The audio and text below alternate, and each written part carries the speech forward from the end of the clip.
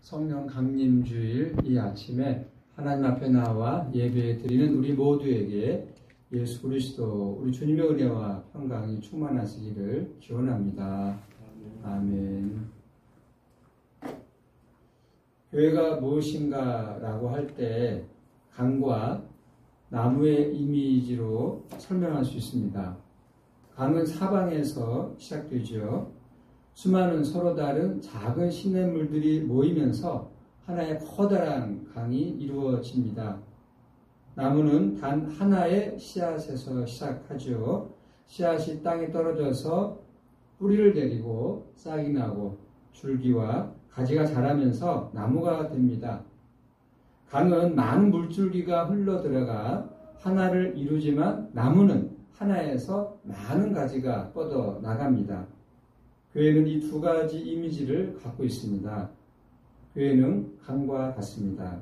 교회에는 출발이 다양하고 배경이 다양한 사람들이 함께 모입니다. 그러나 그들은 강물처럼 같은 흐름으로 동일한 방향으로 흘러갑니다. 다양성은 통일성에, 즉 하나됨에 자리를 내어줍니다. 그러나 동시에 교회는 나무와 같습니다. 단 하나의 씨앗, 예수 그리스도를 통해서 가지들이 성장하고 모든 방향으로 뻗어 나갑니다.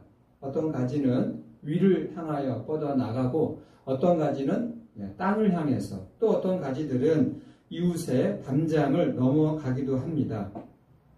방향은 다를 수 있지만 그러나 그 가지들은 모두 한 줄기에서 나왔습니다. 통일성이 다양성을 낳는 것이죠. 이러한 교회의 이미지를 우리가 기억하면서 오늘 설교 본문의 말씀을 우리가 살펴보겠습니다. 고린도전서 12장 4절부터 13절에 반복해서 나오는 단어 바로 성령입니다. 9번이나 나오고 있는데요. 고린도전서 12장만이 아니라 13장과 14장은 성령에 관한 이야기입니다. 성령에 관한 이야기가 이 3장에 걸쳐서 나오고 있는데요. 그만큼 이 고린도 교회가 성령 때문에 성령에 관한 문제로 논란이 많았다는 뜻입니다. 논란의 중심에는 이 은사 문제가 놓여 있는데요. 고린도 교회 신자들 중에서 어떤 사람들은 성령을 받은 증거가 이 방언에 있다. 내가 방언을 한다는 것은 성령을 받은 증거다. 이렇게 주장하는 사람들이 적지 않았습니다. 사도행전에도 그런 흔적들이 나오고요. 바울도 자신이 이 방언 기도를 다른 사람들보다 더 많이 한다는 이야기도 하고 있을 정도입니다. 문제는 방언 자체에 문제가 있는 것이 아니라 방언의 은사를 독점적으로 그리고 특권적으로 주장했다는 것인데요. 자신들의 방언 은사가 가장 우월하기 때문에 다른 사람들의 은사를 무시하는 태도입니다. 바울은 이 문제로 인해서 고린도 교회가 이 분열될 위험성이 있다는 것을 기억하고 알고 바르게 가르쳐야 되겠다고 생각을 했습니다. 그 내용이 고린도전서 12장 그리고 13장, 14장에 걸쳐서 이야기를 하고 있는데 방언에 대한 직접적인 언급은 14장에 있고요. 오늘 설교 본문은 은사와 이 성령의 관계에 대해서 이야기를 하고 있습니다. 방언이 본질적으로 성령이 주신 은사이기 때문에 성령과의 관계를 먼저 알아야 된다고 바울은 이야기하고 있습니다. 은사라는 헬라어 카리스마는 그 뜻이 선물이라는 뜻입니다. 하나님께서 성령을 통해서 그 백성들에게 주시는 특별한 선물, 이것이 카리스마, 은사입니다. 성령은 헬라어 푸뉴마의 번역인데요. 푸뉴마는 이 바람, 숨, 기, 영이라는 뜻이 있는 단어입니다. 성령은 생명의 영이기 때문에 초기부터 기독교는 이 성령을 여러 가지로 불렀습니다. 창조의 영이다, 부활의 영이다, 구원의 영이다, 종말의 영 등등으로 불렀습니다. 성령의 능력 가운데 하나는 바로 이 은사를 주시는 것이 있습니다. 그 은사는 교회에 나오는 사람들에게 선물로 주는 거죠.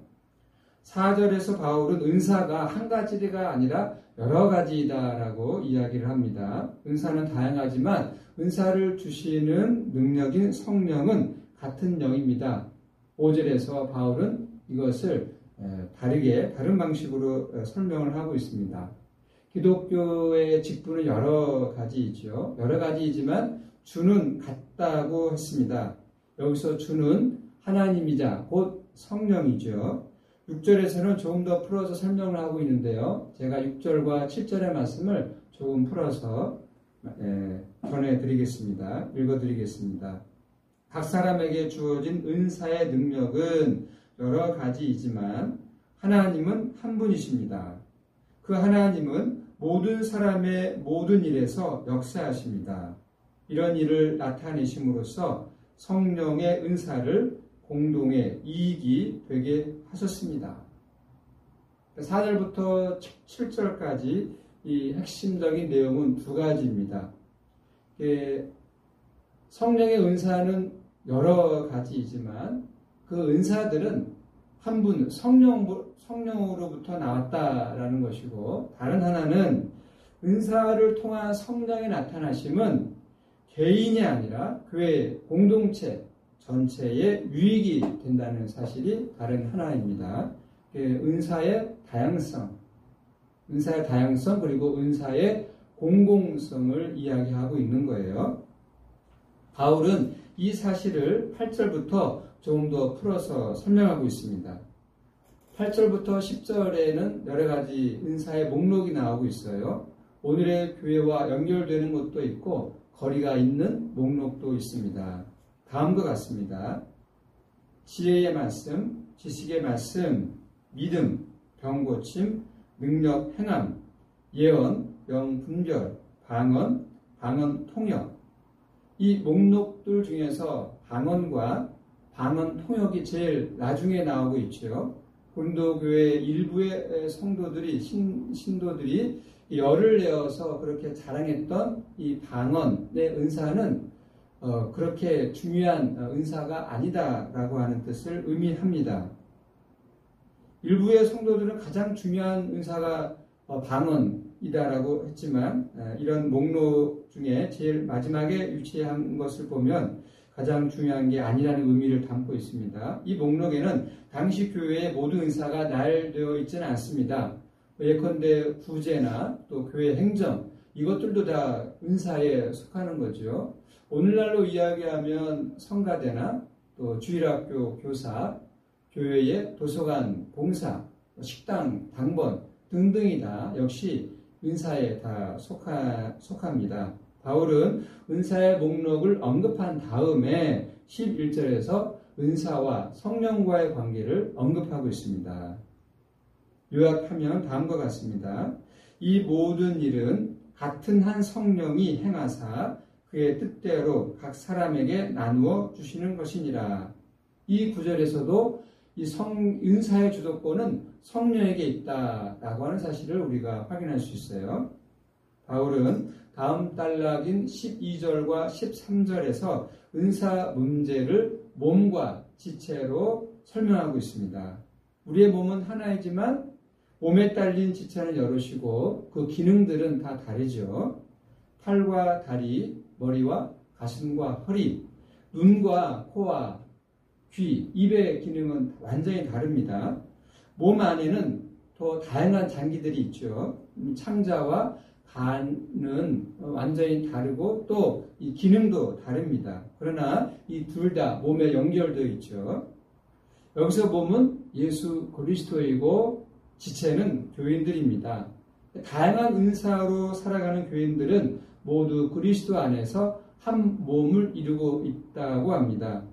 그런 한 몸으로서의 유기체를 가능하게 하는 힘, 그것이 바로 성령의 능력이죠. 바울은 13절에서 이렇게 말씀하고 있습니다. 우리가 유대인이나 헬라인이나 종이나 자유인이나 다 한 성령으로 세례를 받아 한 몸이 되었고 또 다 한 성령을 마시게 하셨느니라. 바울은 앞에서 교회의 은사가 다양하다라고 말씀했습니다. 그러나 은사는 다양하지만 성령 안에서 하나라는 사실을 언급했는데요. 여기서는 그 은사의 다양성을 훨씬 뛰어넘는 문제까지 거론하고 있습니다. 교회 안에는 유대인도 있고 헬라인도 있다. 종도 있고 자유인도 있다라고 이야기합니다. 요즘식으로 이야기하면 한 교회 안에 기업의 사장도 있고 그 종업원도 있다는 것이죠. 대학교 총장도 있고 또 청소부도 있다는 것입니다. 흑백 인종 분쟁이 여전했던 1960년대의 미국 교회로 이야기하면 그 교회의 미국 교회 안에 흑인도 있고 백인도 있다는 것이죠. 조선시대 우리나라로 돌아가면 한 교회 안에 양반도 있고 종도 있다는 것입니다. 극복하기 어려운 차이가 있지만 모두 한 성령으로 세례를 받아 한 몸이 되었다는 이 바울의 주장은 혁명적인 발상입니다. 완전히 새로운 세계관이죠. 이런 새로운 세계관의 토대는 교회가 성령의 공동체라는 사실에 놓여 있습니다. 성령 공동체, 이런 표현이 모든 기독교인들에게 똑같이 실감나는 이야기로 들리지는 않을 것입니다. 성령은 눈에 보이지 않죠. 우리는 성령이 이렇게 나타나는 능력으로만 경험할 뿐입니다. 눈에 보이지 않는 바람을 우리가 힘으로 느끼는 것과 비슷한 거죠. 성령은 생명의 영이기 때문에 개인과 사회에 생명의 능력으로 나타납니다. 여기 교사가 있다고 생각을 해보겠습니다. 이 교사의 활동은 학생들을 살릴 수도 있고 죽일 수도 있는 거죠. 살린다면 이 교사는 성령의 능력으로 살아가는 사람입니다. 여기 국회의원이 있습니다. 이 국회의원의 활동은 생명을 살리기도 하고 생명을 죽이기도 합니다. 목사도 마찬가지이지요. 예수님 당시에 바리새인들이나 서기관과 같은 종교 지도자들의 활동은 죽이는 쪽에 가까웠습니다. 그들은 성령의 사람이 아닌 거죠.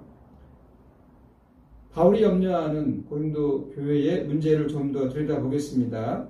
은사 문제로 논란이 많았다고 앞에서 말씀드렸죠. 바울은 7절에서 이 성령의 은사가 공동체를 유익하게 한다고 이야기합니다. 일종의 공공성이죠. 공동선이라 말할 수 있습니다. 만약 공동체를 유익하게 하지 못한다면 성령의 은사를 오해하는 것이고, 그렇다면 성령의 은사를 받은 사람도 아닌 거죠. 여기서 공동의 유익을 위한 것이라는 사실을 우리가 좀 더 주목해 보겠습니다. 팔과 다리가 자기만 앞세운다면, 주장한다면 이 몸 전체는 잘못됩니다. 우화식으로 설명하면 이렇습니다. 다리가 가장 중요하니까 머리만 남겨두고 나머지를 모두 다리로 만들자라는 이런 주장이 가능하겠죠. 또 눈이 가장 중요하니까 코와 귀를 없애버리고 눈만 넓게 만들자, 이렇게 주장할 수도 있습니다. 그렇게 되면 어떻게 됩니까? 몸은 다 망가지게 되는 거죠. 바울이 절실한 마음으로 편지를 쓰고 있는 이 고린도 교회에는 공공성이 아니라 사사로이 은사를 사용하는 경우가 많았습니다. 은사를 자랑의 기회로 여겼다는 거죠. 이로 인해서 교회의 공동체성이 파괴되고 있었습니다. 우리의 교회 생활과 연관해서 좀 더 구체적인 이야기를 두 가지만 해드리겠습니다. 첫째로, 우리 모두는 은사를 받았습니다. 은사가 다 있는 거예요. 은사를 받지 못한 사람은 없습니다. 성령으로 세례를 받은 사람이 은사를 받지 못했다고 생각한다면 그 사람은 사람으로 태어났는데도 자기가 사람인 것을 인식하지 못하는 경우와 비슷한 거죠. 교회를 위해서 봉사하는 일이 별로 없으니까 은사를 받지 못한 것 아니냐, 그런 생각을 할 수가 있겠습니다만은 그것은 오해입니다. 모두가 설교 은사를 받은 것이 아니고, 모두가 찬양의 은사를 받은 것이 아니고, 모두가 청소의 은사를 받은 것이 아닙니다. 자신이 무슨 은사를 받았는지 정확하게 모를 수는 있지만 은사를 받지 못한 사람 없습니다. 별것 아닌 듯이 보이는 발톱도 일종의 지체입니다. 눈썹도 마찬가지입니다.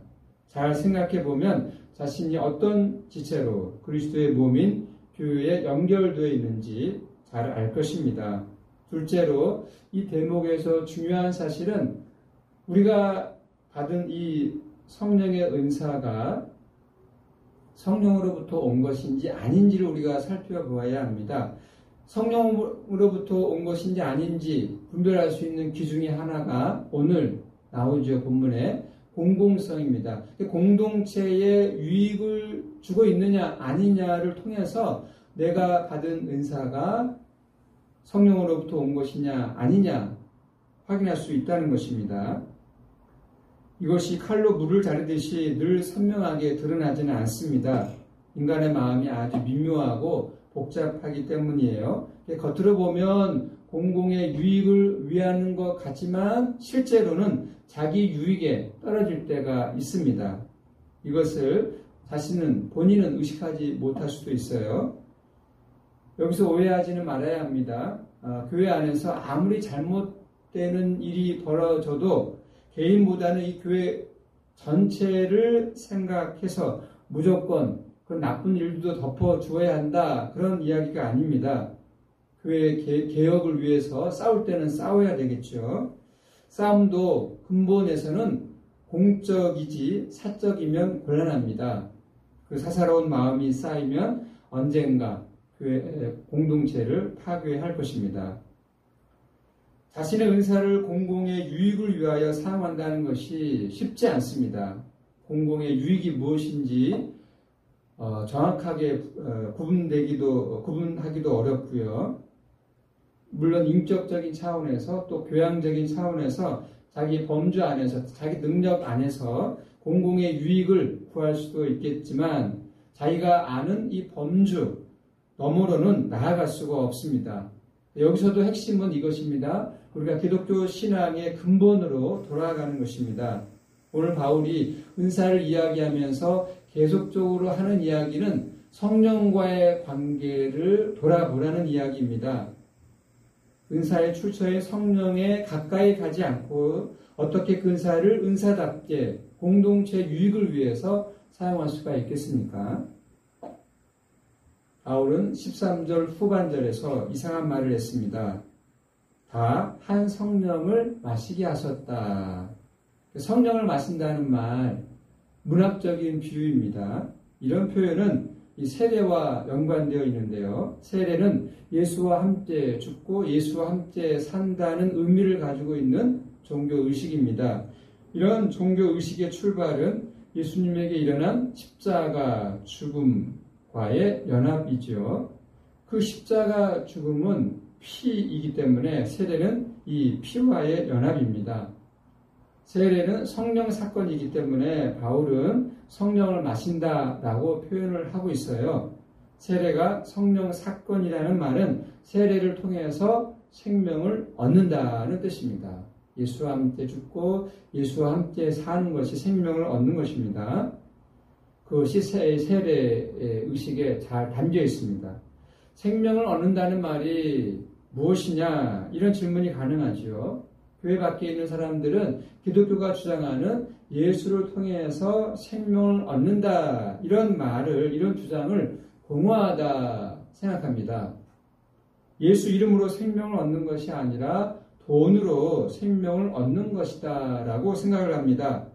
누가 옳을까요? 우리 기독교인들은 예수님을 통해서 죄와 죽음으로부터 해방되었다고 믿습니다. 그 믿음의 종교의식은 세례인 거죠. 세례를 통해서 나타내는 것입니다.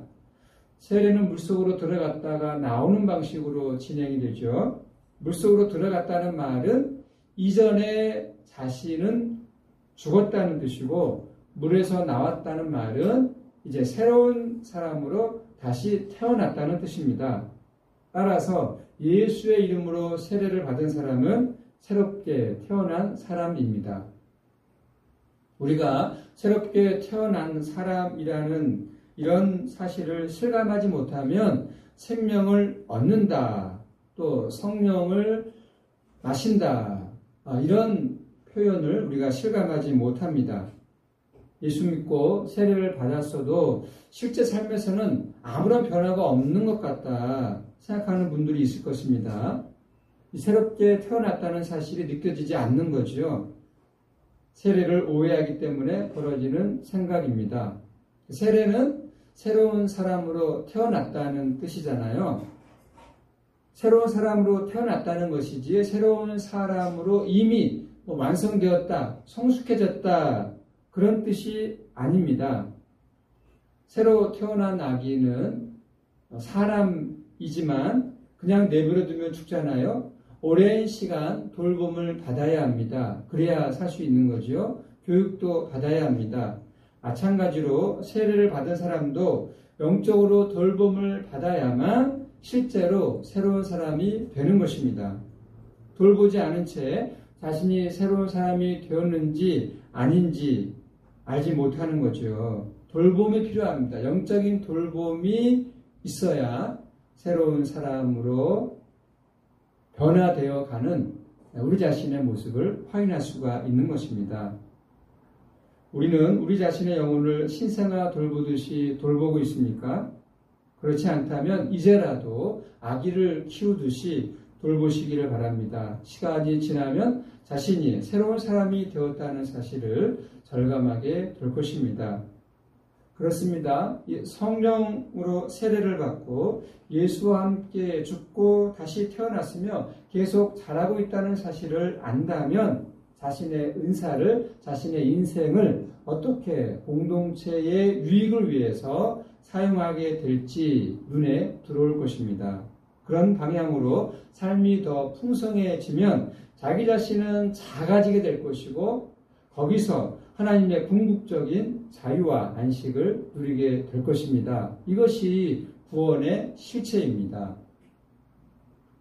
상투적인 예이긴 하지만 이 대목에서 적절한 예라 생각을 해서 말씀을 드리겠습니다. 우리가 일주일 뒤에 죽는다는 사실을 알게 되었다고 생각을 해보십시오. 그 사실을 알기 전과 알고 난 다음에 우리 자신은 완전히 다른 거죠. 이전에 나와 그 일주일 다음에 죽는다는 그 사실을 알고 난 다음에 우리 자신은 완전히 다른 사람입니다. 세상이 달라 보이고 다른 사람과의 관계도 완전히 새로워집니다. 신경전을 벌이던 사람들과도 더 이상 신경전을 벌이지 않고 공연한 일에 시간을 버리지도 않을 것입니다. 성령으로 세례를 받은 사람은 이렇게 새로워지는 거죠. 그래서 바울은 유대인이나 헬라인이나 종이나 자유인이 모두 한 몸이 되었다 과감하게 선포할 수 있었습니다. 이런 삶이 우리에게 실제로 가능할까요? 이런 신앙의 내공이 깊어질 수 있도록 자신의 영혼을 돌보며 기도하고 있습니까? 사랑하는 성도 여러분, 오늘은 성령 강림절입니다. 성령으로 세례를 받고 우리가 지체로 함께 참여하고 있는 교회는 곧 성령의 공동체입니다.